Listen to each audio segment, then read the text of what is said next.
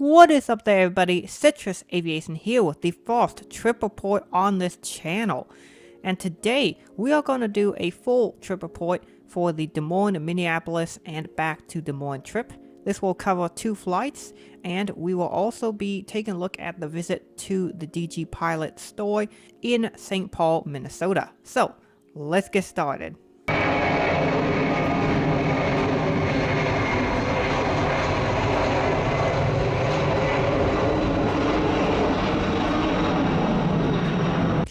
The trip started here at Des Moines International Airport, here at the Charlie 1 gate, where you can see is November 241 Sierra Yankee parked at the gate. He came in from Salt Lake City earlier today, and then he'll be going out today as Delta Flight 4179 to Minneapolis, St. Paul.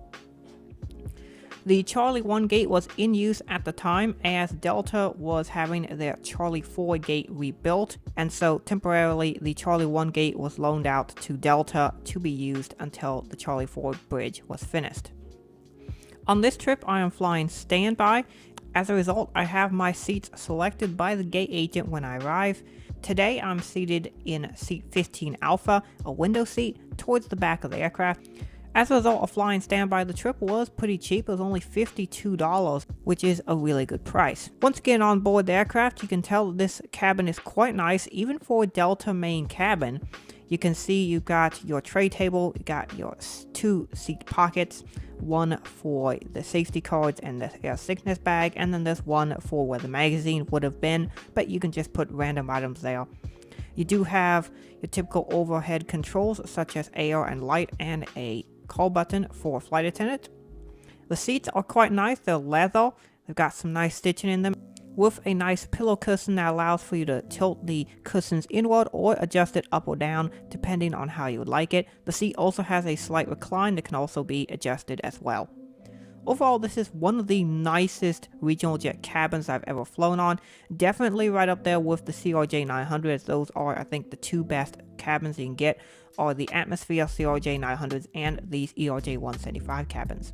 We pushed back for an on-time departure of 5:46 p.m. from gate Charlie 1, and then we would taxi to runway 31 for departure.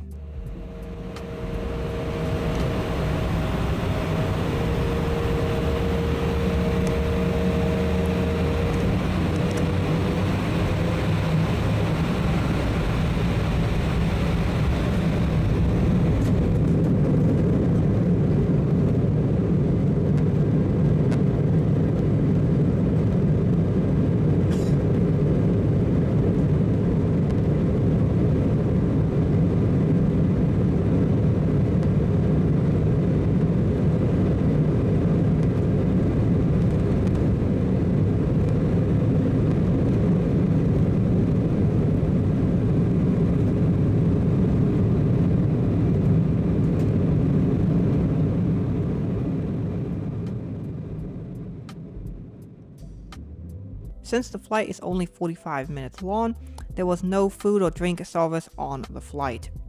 It was really cool to see as we departed. You could still see a little bit of sunset off in the distance towards the west as we were departing. It was really cool to see that. We would arrive at Minneapolis after only about a 45-minute flight. This flight between Minneapolis and Des Moines is slated to be an hour long, but in reality this flight is only about 45 minutes. This will cause a problem, as we will note on the flight returning, but keep that in mind, this flight's really only about 45 minutes compared to the scheduled 1 hour length. Let's watch our landing here at Minneapolis.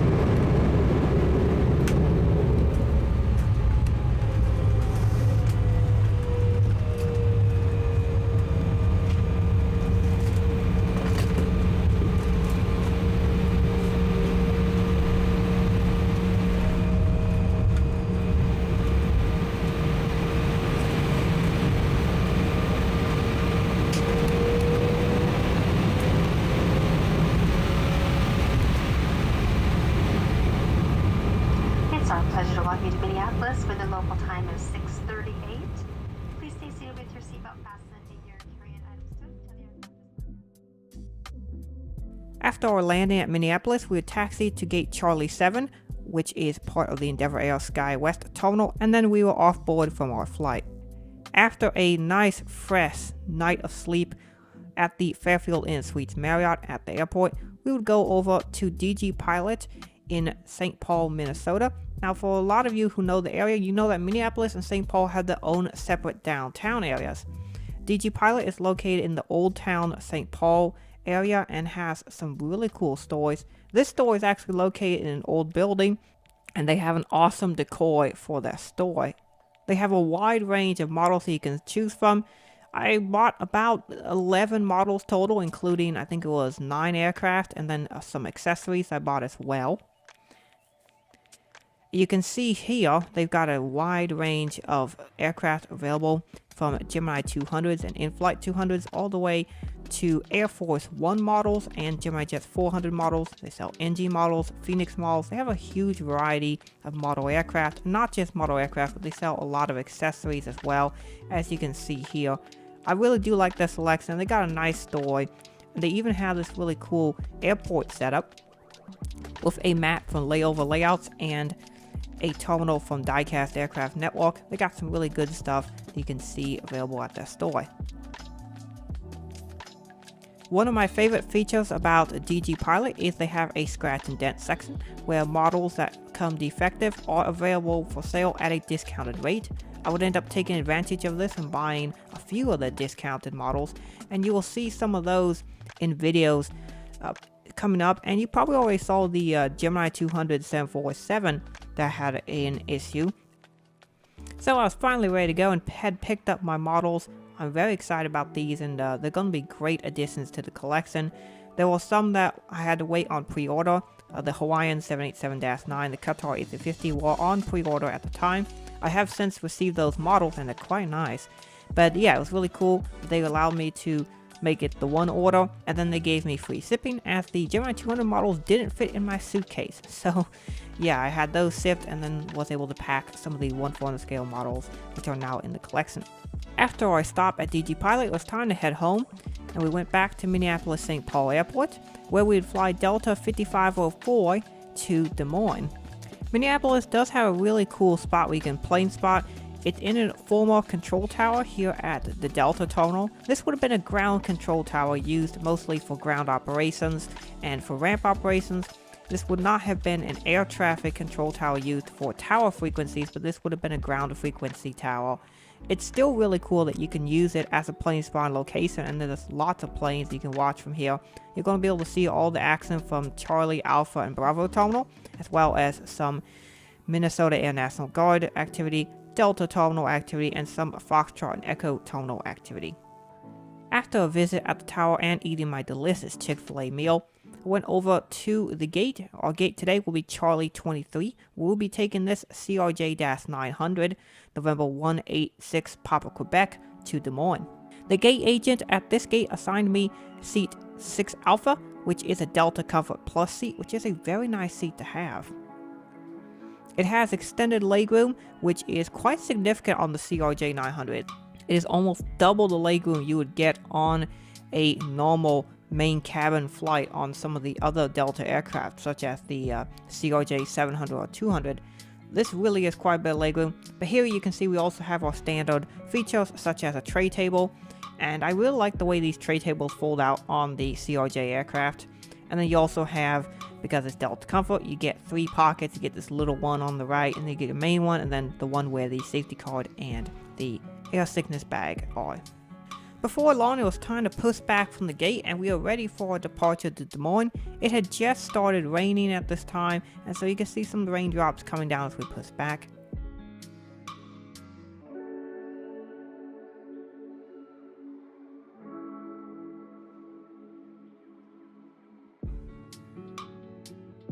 As we taxied to the active runway, we passed by the spotting location, which you can clearly see here, that little tower there on top of Terminal D.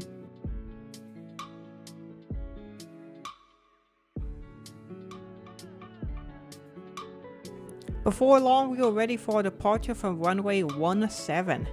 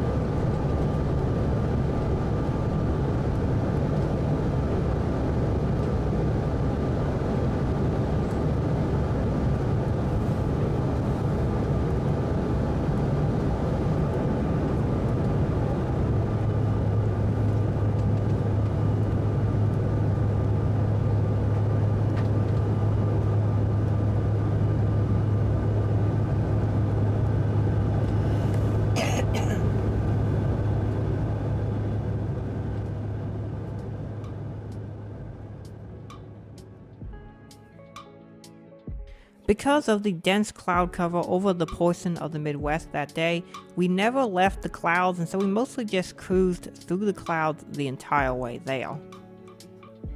One of the nice things about the tray tables on the CRJ900 is that it is large enough to fit even a 15-inch MacBook Pro, as shown here. And during the flight, I was editing photos from a photo shoot, and some of them did end up on Jet Photos, which I'm really happy about.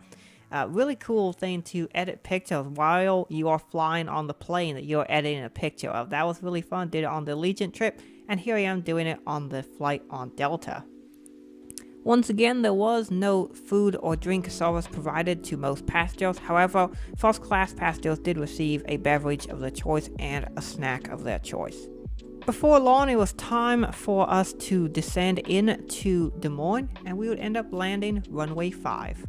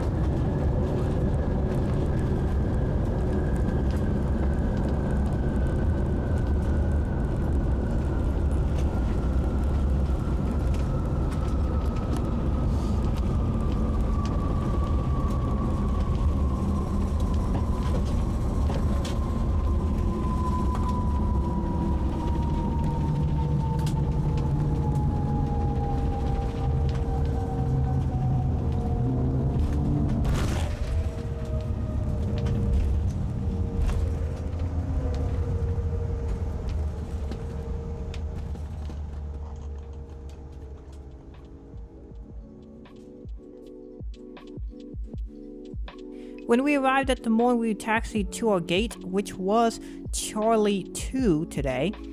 Because this aircraft was 15 minutes early compared to the schedule, this means that we end up getting to our gate before the gate was available. You see, just before this flight comes in, there is an Atlanta flight that goes to gate Charlie 2, and 5504 at the time was scheduled to take that gate. Well, what would end up happening, not just this flight, but also other 5504 flights that came in, is we'd end up having to wait for the Atlanta flight to push back. They'd push back, he'd taxi out, and then we could taxi in. This happened to us today on this flight, and I cannot tell you how many times this has happened when I've been walking the ramp for Delta. It is very intensely frustrating because Delta has the scheduled flight scheduled to be too long, and then the flight just ends up coming in early, causing a gate issue, and so often it just ends up having to sit out there, and that was what happened to us today. We ended up actually arriving at the gate just on time, according to the scheduled on time. And yeah, we ended up making it in. It was still really cold and rainy, but it was still a really good flight experience nonetheless. As we taxi into the gate, you can see that it is quite rainy here in Des Moines at this time.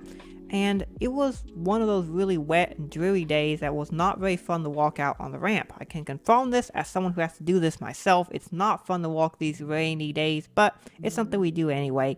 And I really do appreciate that the ground crew did a really good job while we arrived. So that is pretty much it for this trip report. I had a lot of fun going up to Minneapolis, going to a DG Pilot store, and being able to fly Delta Airlines once again. A great experience, and for those who are considering flying standby, I do recommend the experience. It's one of those things we have to plan ahead properly and make the experience work, but if you do, you will have a great flight experience yourself. So that is pretty much it for my very first ever trip report on this video. What did y'all think of it? Let me know in the comments below. With that being said, thank you all for watching, have a great rest of your day, and God bless you.